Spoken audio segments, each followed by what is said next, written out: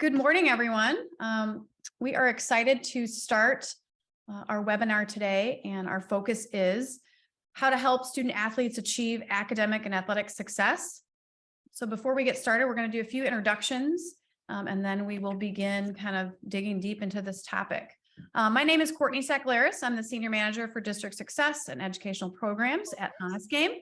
I have two experienced, knowledgeable, and excitable guests here with me today. I am going to let them introduce themselves, come back, and then we are going to get started with our show. Tim, Lori. Go ahead, Laura. Hi, everybody. I'm Lori Johnston. I spent 34 years as a counselor and director of guidance, most recently at East Grand Rapids High School in Michigan. And Tim and I have spent about 25 of our years working together. I'll let you share a little bit about that. But we've been champions of educational athletics our entire career. And our philosophy has always been to help keep options open. And so we hope to capture a lot of that today in our discussion. So go ahead. Great, thanks. My name's Tim Johnston. 38 years as involved in educational athletics.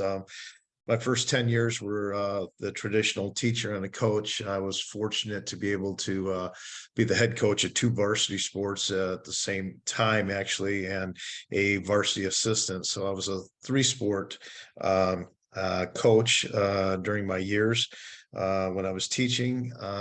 Had the wanted to really get involved in the athletic administration piece. So spent 5 years as an athletic director in a rural school, and then became the high school principal of that school for 14 years. And then my last 9 years, Lori and I were able to work together at East Grand Rapids High School in Michigan, where I was the athletic director at that time. But as Lori had said, we've been married for 36 years, kind of unique. We have spent 25 of our years working together in 3 different school districts. So it's unique, but it worked. And I would say that about 99% of the time we were always on the same page, but sometimes those personal differences and working with a student athlete or student in general, we enjoyed sharing each other's maybe frustrations sometimes. Thank you, Tim. Thank you, Lori. Really quickly, sort of before we begin some like formal questions and discussion, I come from the athletic administrator space. I had an opportunity to work at a large high school outside of Chicago, Oak Park and River Forest. 14 years as an athletic administrator and 17 actually in the school, in that coach, tutor, school teacher role. So a little bit of, I used Honest Game at Oak Park River Forest for about 1.5 years before coming to Honest Game in my current role to share this resource with schools across the country. So I think that we want to focus on how we can use both the counselor staff, athletic administrator, athletic staff, and how we can bring them together to really highlight student athletes and sort of obviously our topic today of the webinar. So I'm going to first start with just kind of a simple question, and you guys can both chime in. How do you catch and promote athletes' academic success? And then you can also share some good examples in there. Maybe we know as ADs on our side, Tim, that we like to share resources, steal ideas. So some specific examples from both of you would be really great.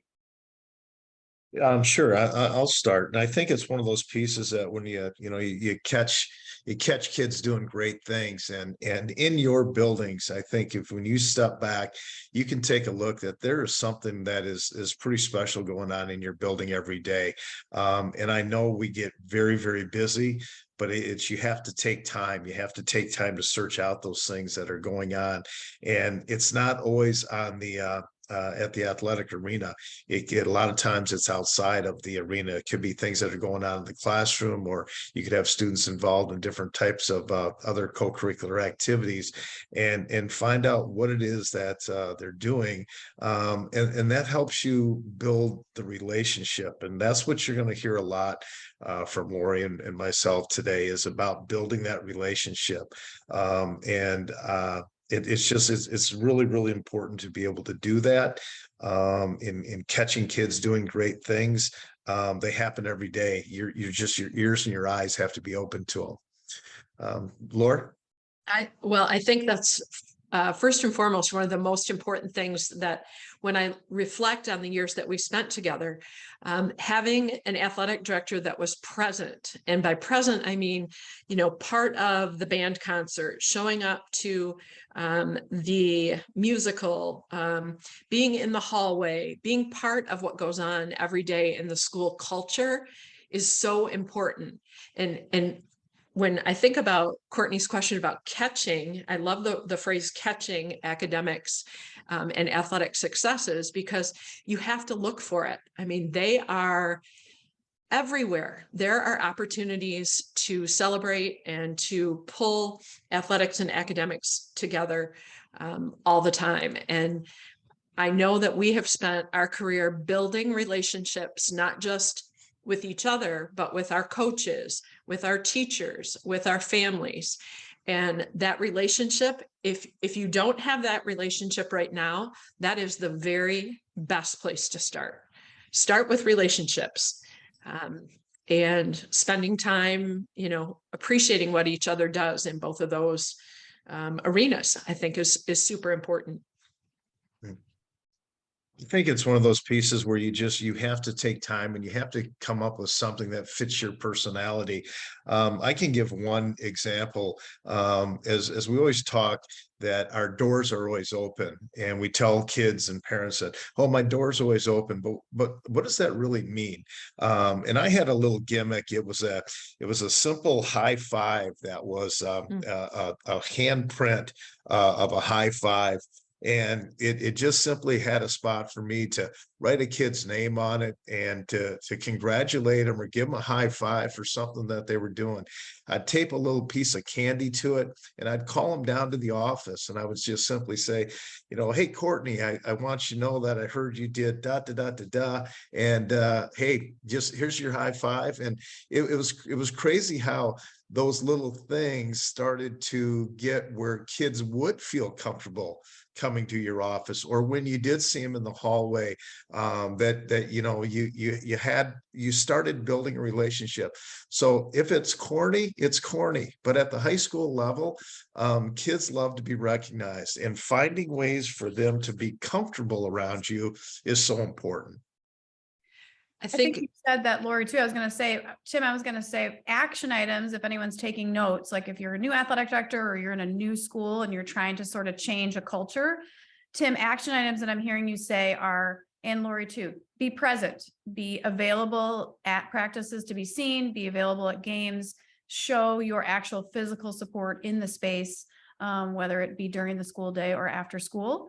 And then Lori, you're highlighting, and Tim highlighting, a way for kids and families to feel that you're not just saying, approach me, here is a space you can actually come in. Your office is welcoming. You're getting to know kids. They're understanding your personality and how you want to engage in them. So those are some action items you could start immediately implementing, correct? Anything else to add to that?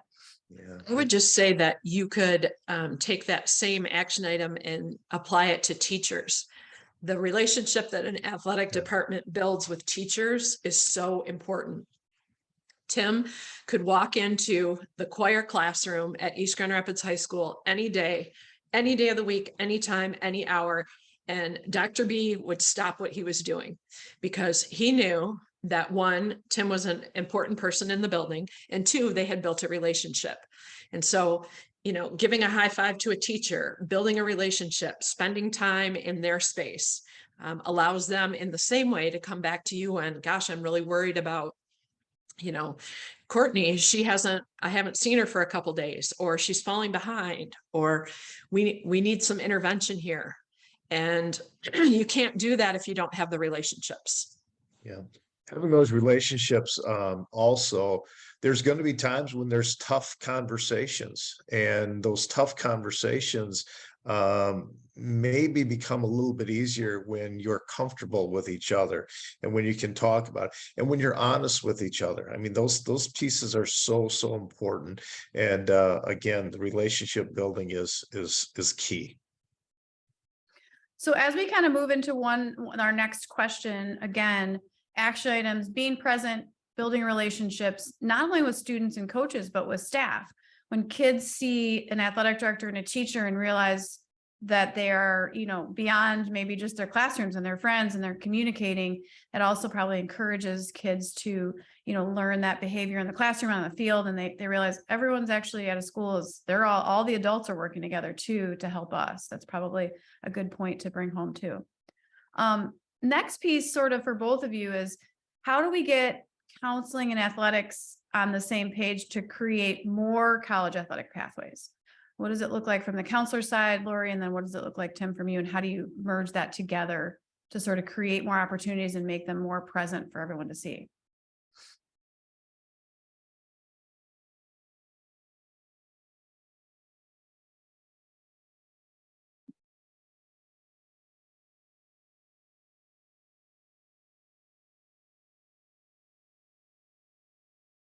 I think we may have lost him and Lori for a moment. So just hold on for a second.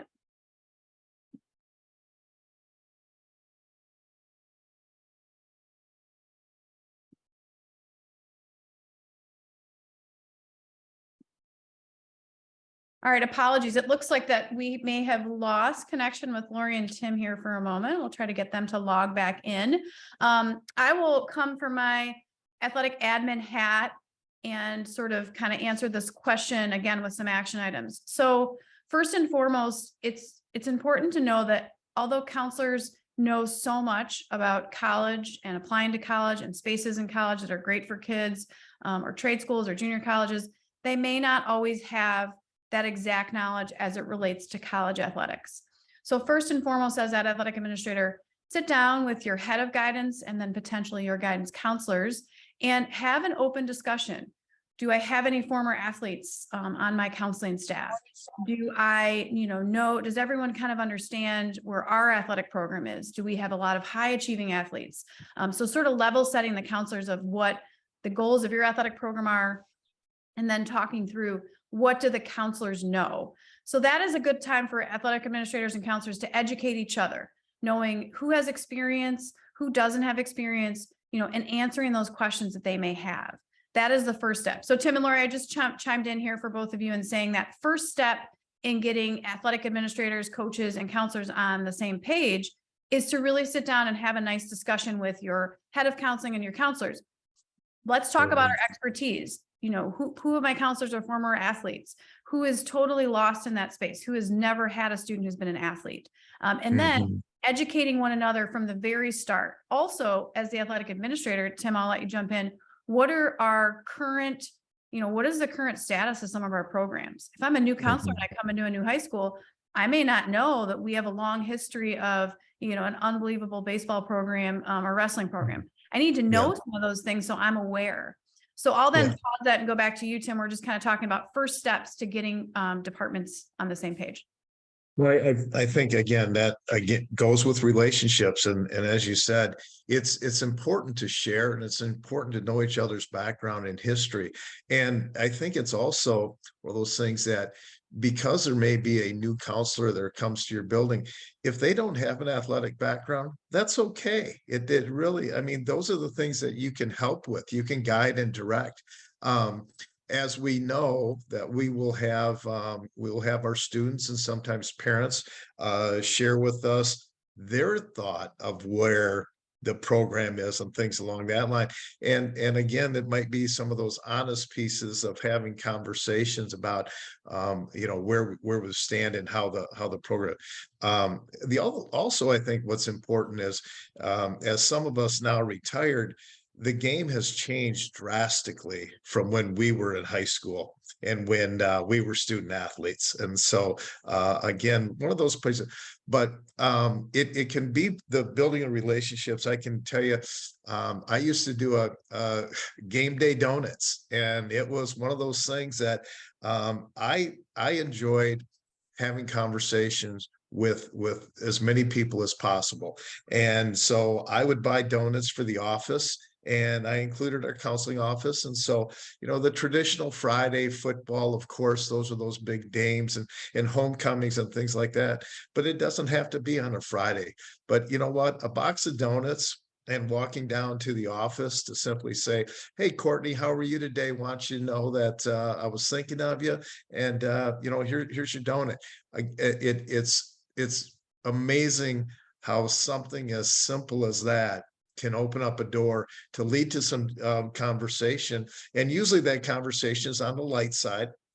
Usually that conversation is really positive, because there may be the time and that come in that you have to have that very serious conversation that might be a little uncomfortable for everybody, but that relationship has been built.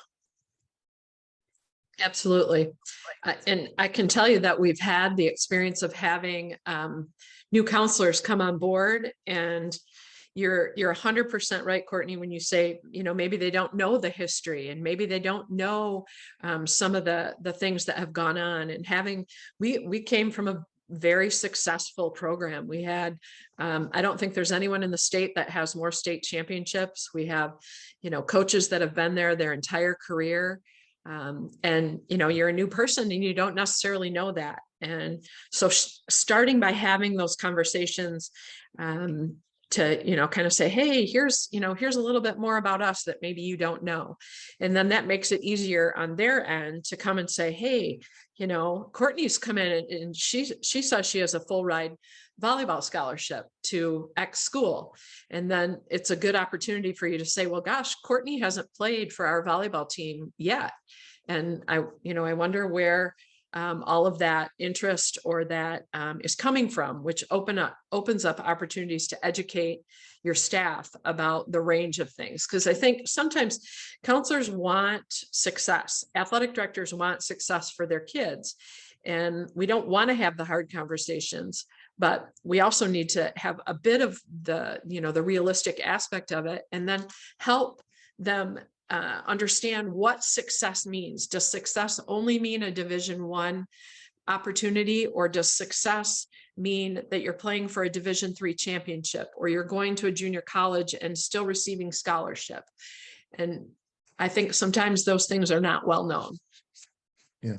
To add to that, Courtney, just using our example at East Grand Rapids, we're very, very fortunate to have an athletic program where we offered 34 varsity sports. And those 34 varsity sports were offered for a school of under 1,000 students. We were about 950 students, and about 74 up to 76% of our kids participated on an athletic team. So we had really high participation. And we had some sports that were your non-traditional sports. But yet I can remember that Laura had a student athlete who was a fencer, that we did not offer fencing, but yet she was a nationally known and international fencer. And yet we needed to do the things to help her, because she was going to go to the next level and compete. And yet it wasn't a school sport. How could we still put our expertise in helping that young lady be prepared for the next level of competition and next level of academics? So there's lots of different things that are out there that, again, you just have to keep your eyes open to. So I think, again, kind of this little topic, some action items, and it's good to know that, because I think sometimes we're in a school, we want to what can I do even today, this week? What can I write down from now? So I'm boots on the ground. I think I'm a counselor. My first thing is I need to make sure I know who is the athletic director, who is the assistant athletic director, who are they by name? I know their numbers. I know where to access them. On the athletic side, athletic department needs to know potentially who are my counselors, how are they broken up by student, and essentially who is the leader of those counselors. And then next space is potentially, if you could share a little bit, is there a specific time, and maybe it's in first semester or second semester, in some sort of a professional development or scheduled meeting, that an athletic director can come in and kind of also just what Laura, you talked about, how many divisions of college athletics are there? What does a junior college space look like, so that the counselors start to have a little bit of a base of what is actually in college athletics. Again, we're going to have a lot of people that have knowledge, middle knowledge, maybe nothing. So communicating that, on a semester or quarterly basis, just little snippets of information that help us all know, okay, yeah, I heard that keyword. I know to go to, I know to go to Lori to ask about that. Or, and I just had this student come in who's actually not in a sport I don't think that Tim oversees, but what do we do about this? So just continuing to open up those conversations with some to-do items, if that's quarterly or semester meetings, and being really aware of who everyone is and what their role is. So those are some quick Yeah. action items. Yeah.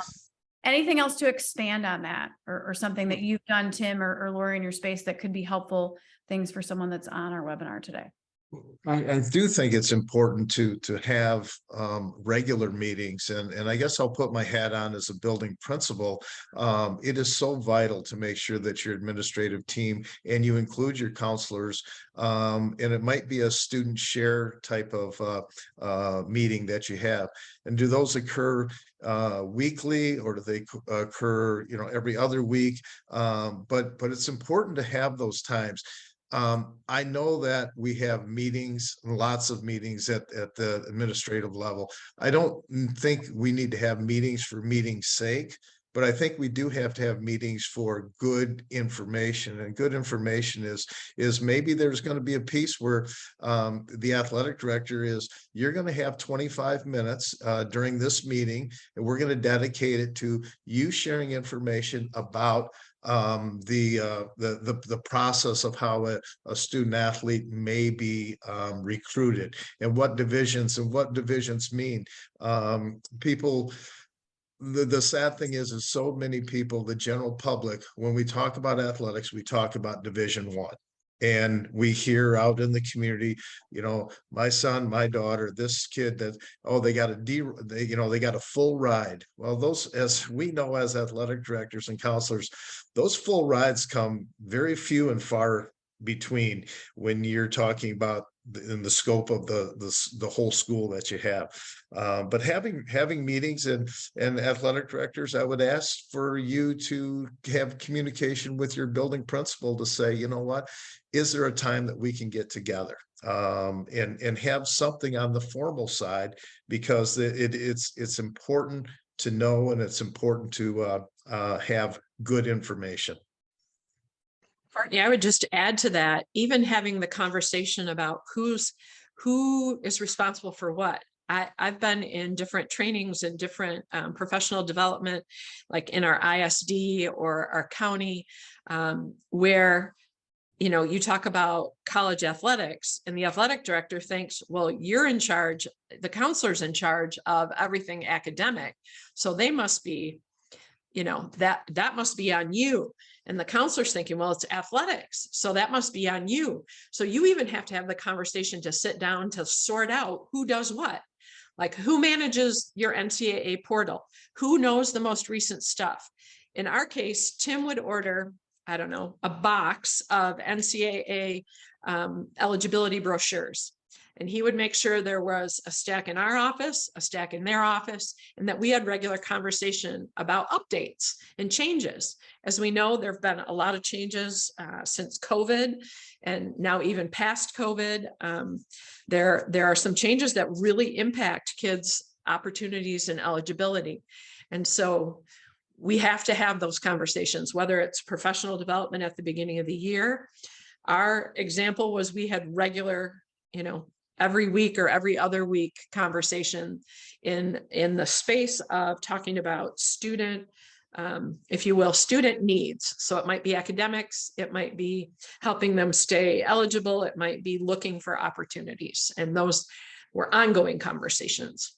Yeah. Awesome. And I think it's okay for counselors and athletic directors to know you don't have to be the expert, but you have to be knowledgeable enough to know where you can get the information. And there is so much information available to us, by simply the NCAA guide is so helpful. And now with having a program like Honest Game, it's huge that you can help your kids out.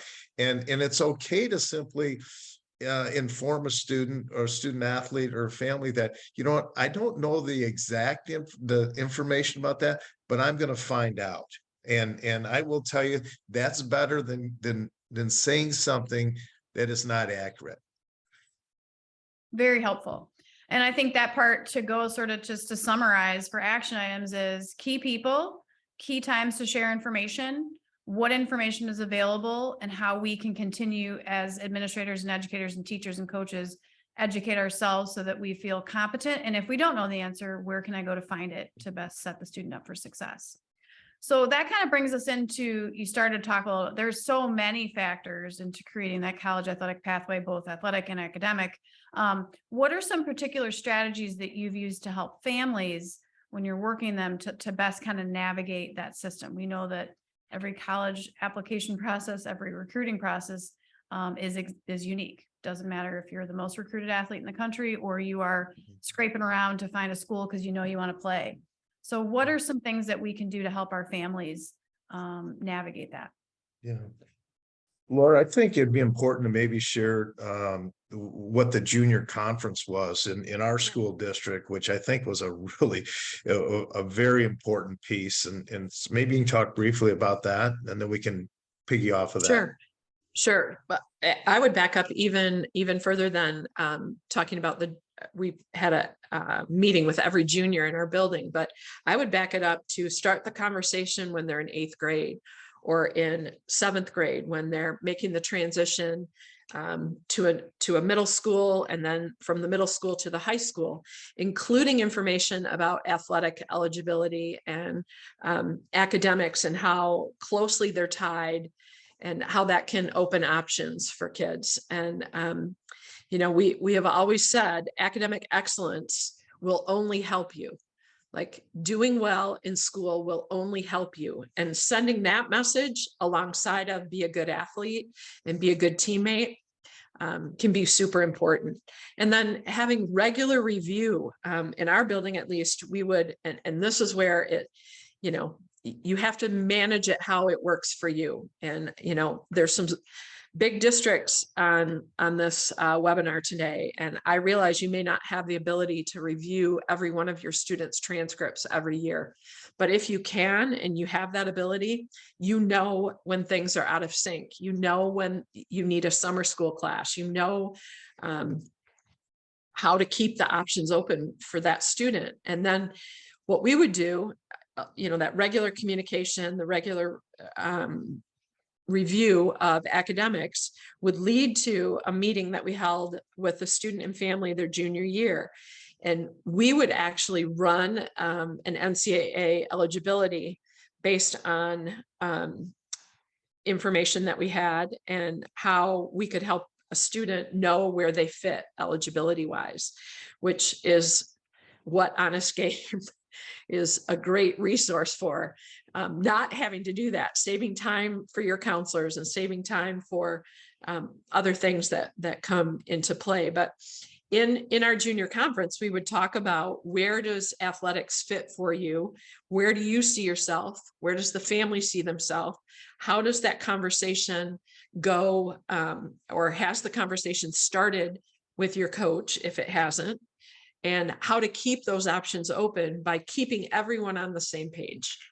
And, you know, that hopefully has started when, you know, they're in middle school. That transition period, which is probably about now, Laura used to refer to March Madness in most traditional schools. The transition from the 8th graders coming into the 9th grade building, this is when we would start having those conversations. And our administrative team, we would break it into categories. So as we met with our incoming 9th graders, I had an opportunity to talk about the athletic program and what it meant to wear an East Grand Rapids uniform. I would also make sure that our young kids coming in understood that we have many coaches that will be coming in, and I would give examples about that. And I would also have some of my student athletes, our seniors, share their experiences. You mean college coaches?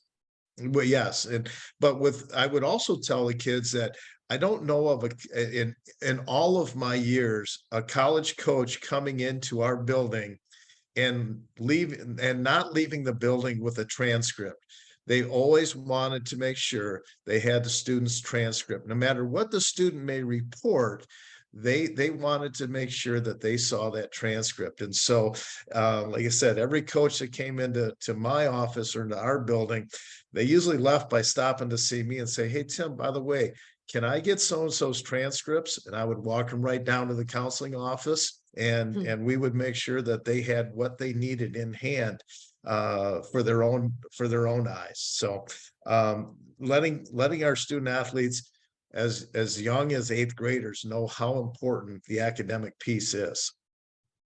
So I'm hearing both of you say some things to kind of take from that as a summary is like starting early, educating families and students as early as middle school, what the requirements are, how important it is.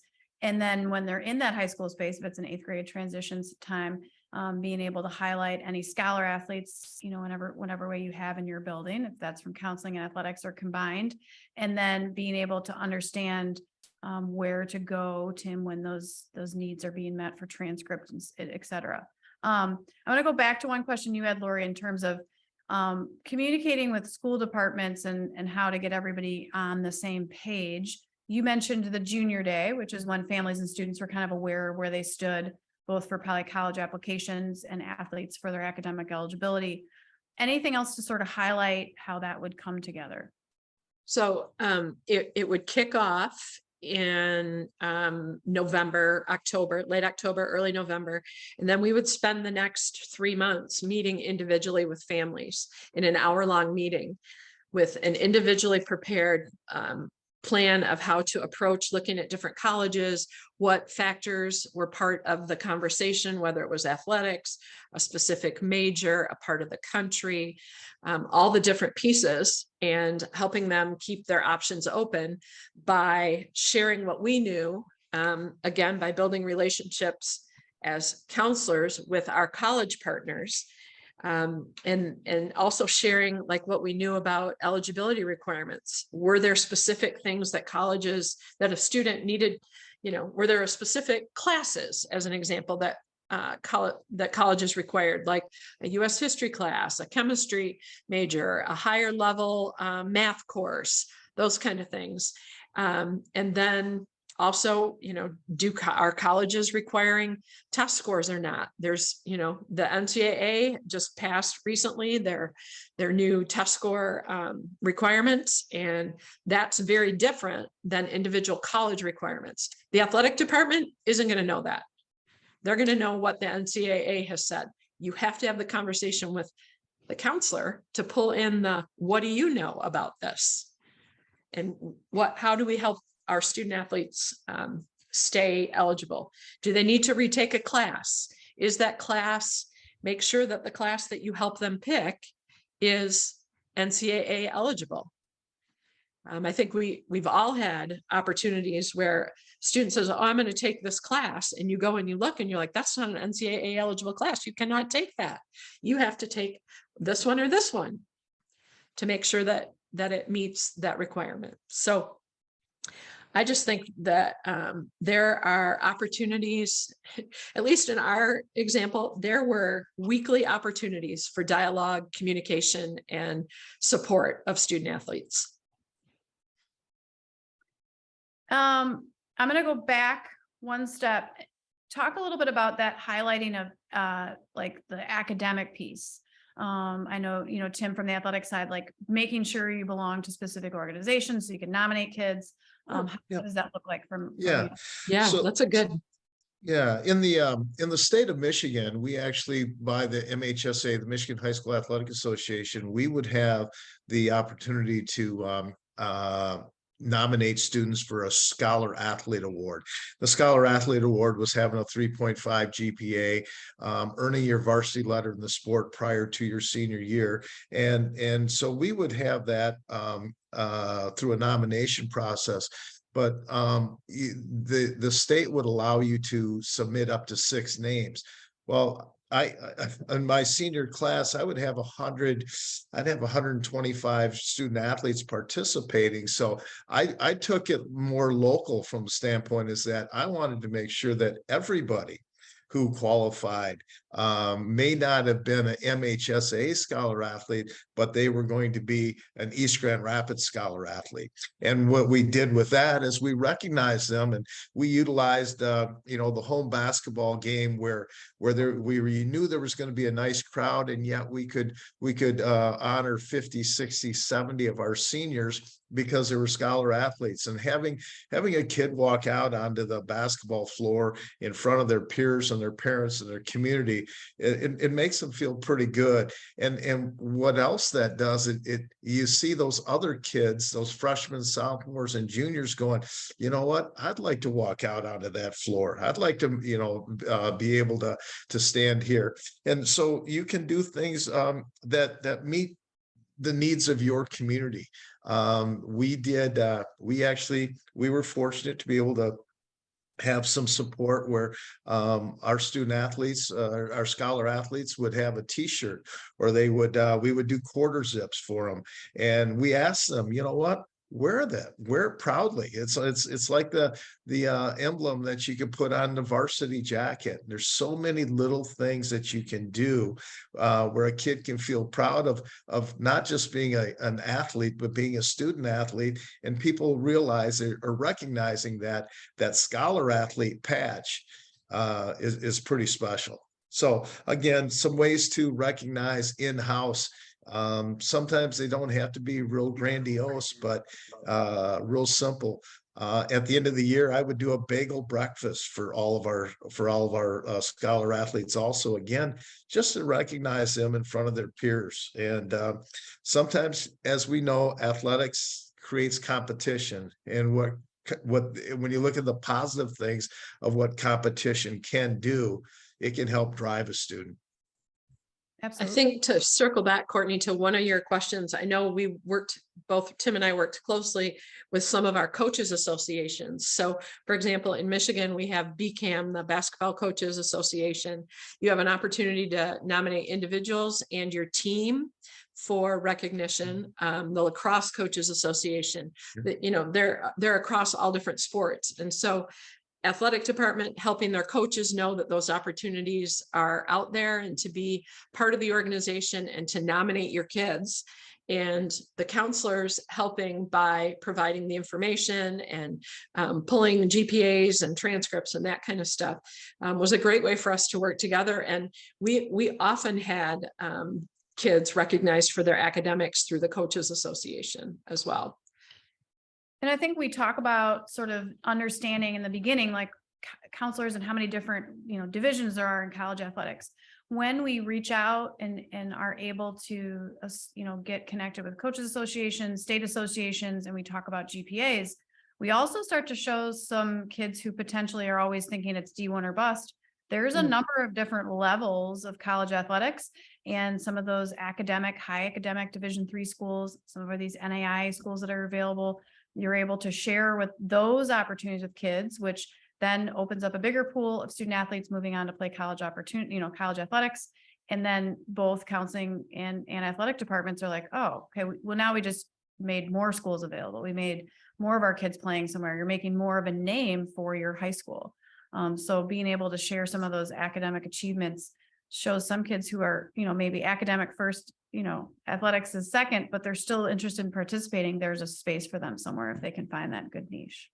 Mm-hmm. Absolutely. I will say, sort of before we kind of move forward, what would be something you would share, athletic director to counselor to AD? We all know, everyone here on a webinar working in schools, everyone is busy, everyone is tasked with other duties as assigned. So everyone feels like they are, you know, underwater sometimes. What would you guys share if you were to walk in someone else's shoes that can be helpful for each person to know in these roles? I've always looked at that I've never had a job. It seemed it was a vocation that really drives you, and being able to work directly with students and coach them. And I think you should know, you talk about your kids, and your kids are those student athletes that you've had. Believe it or not, I have guys that I still call kids that I coach that are 55, 56 years old today. And they have not just their own children, they have grandchildren that you talk about. And the excitement that you have knowing that yeah, you're on call. You're on call 24/7, 365 days a year. And it can be overwhelming if you take it that way. Being an athletic administrator, a high school principal, a teacher, and a coach for 38 years seems like it was just yesterday when I started. And I think it all becomes part of the attitude that you have of why you're doing what you're doing. And I think many of us in schools today, the reason we're here is because somebody took time out a long time ago to be a great role model for us, and we're just giving back a little bit. And that's the piece that I would leave all of you with, and the people who are on today. I just want to say thank you for what you're doing, the commitment that you make. I know it is a very, very difficult job. It gets more difficult every day. I teach classes for the MHSA. I just had a large class last weekend, and you can tell with some of the new coaches, they're wondering, why am I getting into this? Well, I'm gonna tell you why you're getting into it. You're getting into it because your kids need you. And there's things that you can do that will help them in not the athletic field, or maybe not the classroom, but in those life skills that they're going to learn. And they're going to be great moms and dads and uncles and workers and the whole bit because of the time that you've spent with them. That's a hard act to follow right there. But a couple of things that I would say is we really need each other. Counselors need the athletic department. The athletic department needs counselors. If they see us as a united front and they know we're doing what we're doing because we care, like, think about your why. Why do you do what you do? And if you know your why is because you want to make a difference, then you just keep doing the right thing, and it will happen. And you've heard us say over and over about relationships, but we literally have relationships from the very first students, the very first kids, as we call them, that we ever had, and all the way through to, right now, students that we have an opportunity to watch. And so walking in each other's shoes means appreciating each other. We need each other to be the best support possible. Well said, Lori. I think that is such it's, we have a lot of different school districts on here, a lot of different spaces across our country, different resources, different student makeup.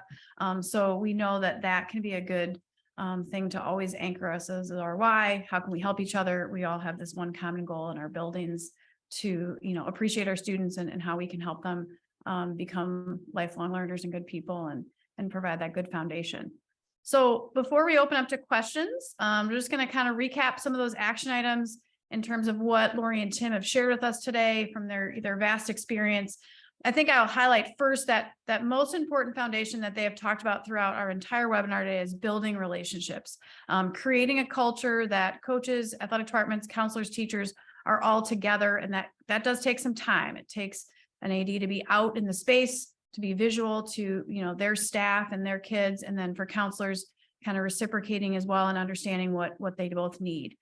Educating ourselves in the space of college athletic pathways, what is available, what is needed, what is required, and how do we get our students there? And then also understanding roles of who's owning different pieces to that puzzle for student athletes and coaches. Who's owning the NCAA, EC portal clearinghouse, who's owning transcript submission, who's owning all those things in your building so that you have those clear answers to know who we can send student athletes to and families when they need help. Communicating with our families, sharing resources, highlighting our kids, really recognizing student athletes in any possible way. We heard Tim talk about a number of different examples of bagel breakfast, scholar athlete recognition at basketball games. How can we highlight as many kids as possible that are achieving both academically and athletically? And then last but not least, giving back. How can we appreciate one another to create that culture of sharing our resources and being able to lean on people when we need them to do certain things for our student athletes. A little bit of us before we go into questions. Tim and Lori have been super supporters of Honest Game because I think that they understand so much about what our educational software does to help athletic directors and counselors and staff and coaches in schools. We're going to share really briefly what it visually looks like, but we think it is a software tool that encompasses kind of all the topics we've talked about today. So I'm going to share my screen briefly and just walk through very quickly a few visual slides to share with the group, and then we will open it up to questions. So again, just sort of a definition of who we are and what we do. Our software takes the guesswork out of NCAA and NAIA requirements for college sports. And we, again, are working to get school departments, students, and families on the same page. A little snapshot of what our athletic eligibility plans look like. They automate that process. Lori talked about NCAA worksheets. If anyone on this webinar today has done a worksheet, they know that it is very timely and time consuming and confusing. So we do that automatically with transcripts directly out of your school information system.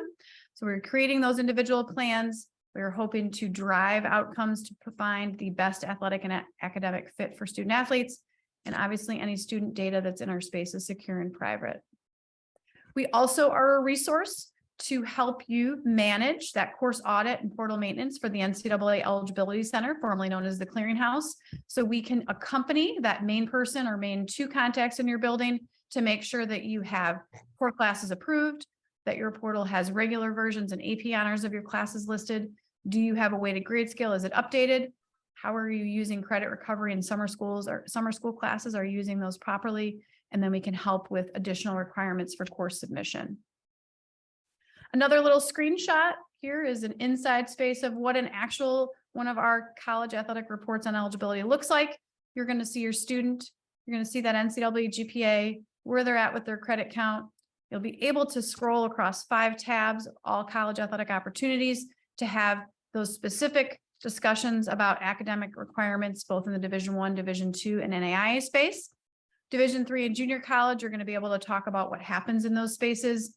Those are not athletic scholarship spaces, but they are opportunities, and they are very, available for some students and could be the best fit for them. Inside that report, again, a little snapshot. We are going to track those 10-7 locked courses. We're going to show in-progress courses. We're going to help have a little guide for a counselor to maybe pick classes for a student as they're looking through what's next for them. We're going to include transfer courses from other schools if you have transfer students and or international student transfers.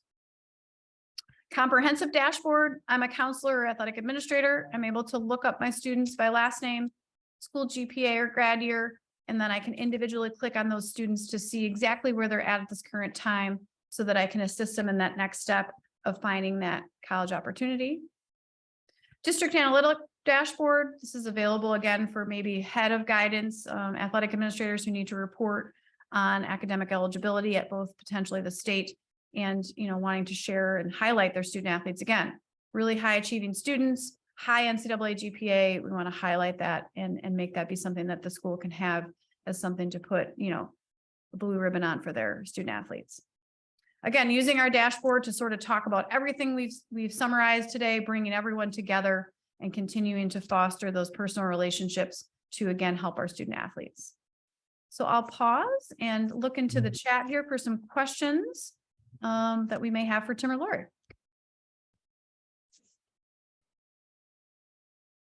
So first question I have is, how can you address NIL with your star player? That's a great question. That is from Alfio, I think, Pisea. So NIL, for those of you who are here, is different. NIL is different than NLI. NLI is our National Letter of Intent, which is the contract that student athlete will sign for a scholarship with a college or university. NIL is name, image, and likeness, which I'm sure is a hot topic among all the states that are on here with us. First and foremost, my answer to that would be knowing what your state is, where your state is at with what is it allowing, and making sure that that student and family are very clear about what that looks like. And second, I would make sure that without academic eligibility and without ability to participate, both at the high school and college level, there will be no name, image, and likeness opportunities for that star player. So I think you are having to follow state guidelines, make sure student athlete has eligibility requirements and they're eligible. And then, there's probably some counseling pieces in there that Lori might want to add that are very difficult, that we're all trying to navigate with what that looks like for a young high school athlete who is potentially going to be receiving money for their image. Next question. Can you discuss how special education can impact eligibility, suggestions to help those students? First and foremost, there is the NCAA recognizes IEPs, individual educational plans, with a documented IEP when they are creating their NCAA ID certification account. Sometimes student athletes and families may be nervous to share with a coach or a school that's recruiting them that they do have an IEP, and that is part of their learning profile.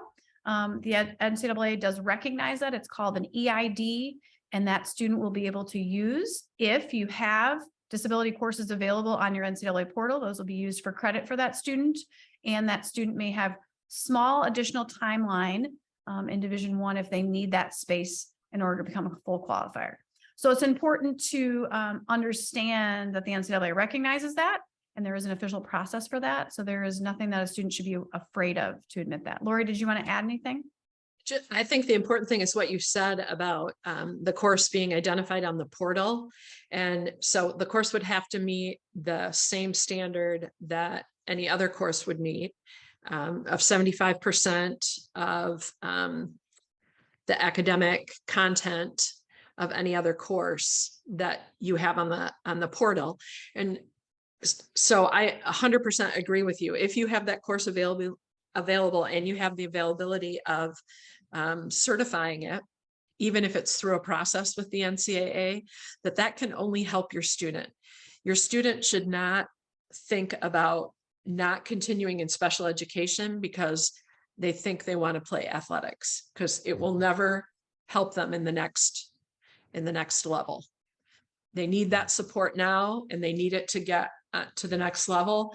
And so continuing to use it and just, being upfront about it. And then last, Tim, you had something I believe to add. I jumped right into the next question. Well, the piece I would add here is athletic administrators, you do not need to be the expert in this area. This is where you would rely on the expert, who is your counseling department. And again, if they don't have the answer, then that would be a great thing for you guys to work on together. But again, you may not have that answer. That's okay. Rely on your experts, rely on your office to work together, would be my best advice in a situation like that. And actually, the NCAA has some terrific people. Like, you can call them and they will help you. They will walk you through a question or a process or needed documentation. They're wonderful to work with. This is a question specifically for Tim, and just want to go back. Tim, did you want to add anything on the name, image, and likeness? I'm sorry. We were going into another question. So no, I think what your bottom line is that stuff will all take care of itself, I guess, when and only if the student is able to participate really at the next level. And it's I'm gonna leave my personal biases out of this, because I think it's all over the place with what it was to start with and where it has gone to are two different things. And we'll just leave it with that. Everybody has a little different opinion on it, and people have the rights to have their own opinion. Thank you. Hey, Court, can I circle back? Somebody added in the chat to the fact that their NCAA denied all their special education courses. And so for us, if that was the case, or if I had a student who I knew couldn't meet the NCAA requirement, but was a really good athlete, that opened up the opportunity to look at other options. And a specific example within the last couple of years was a student who really, really wanted to go on and play. We together, the athletic department and the counseling department, found an opportunity for him to go on and play at a junior college. He then really improved his academics, got support at the junior college to improve his academics, and was able to go on and played for a Division II national championship. Like, it doesn't have to be the D1. It can open up opportunities to discuss other things.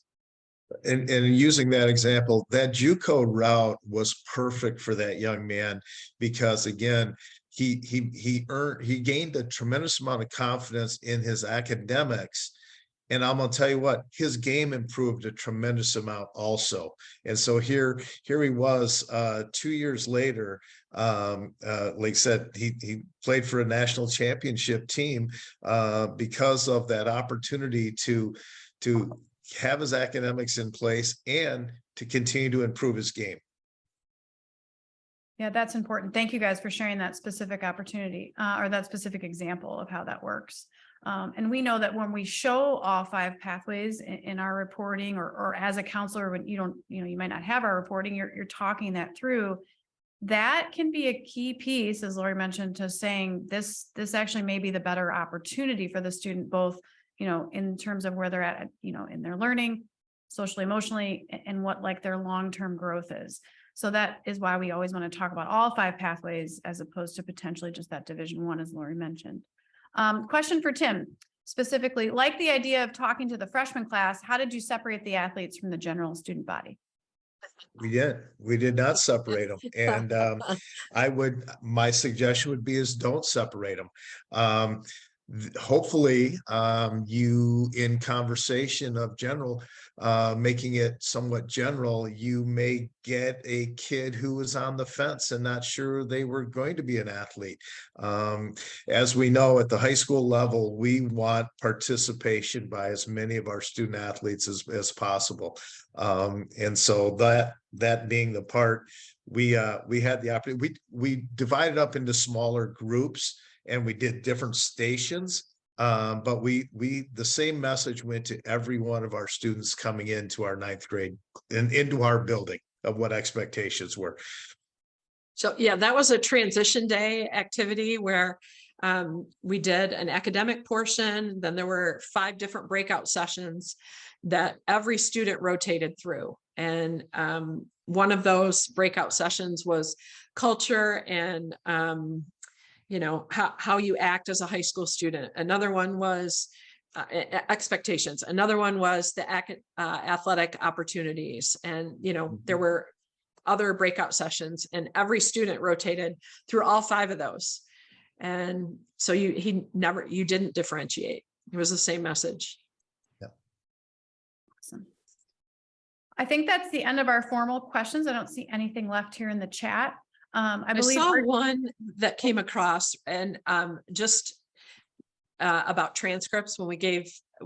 Oh, when yes, you give transcripts to college coaches, did you have permission? We always had permission. Absolutely. That's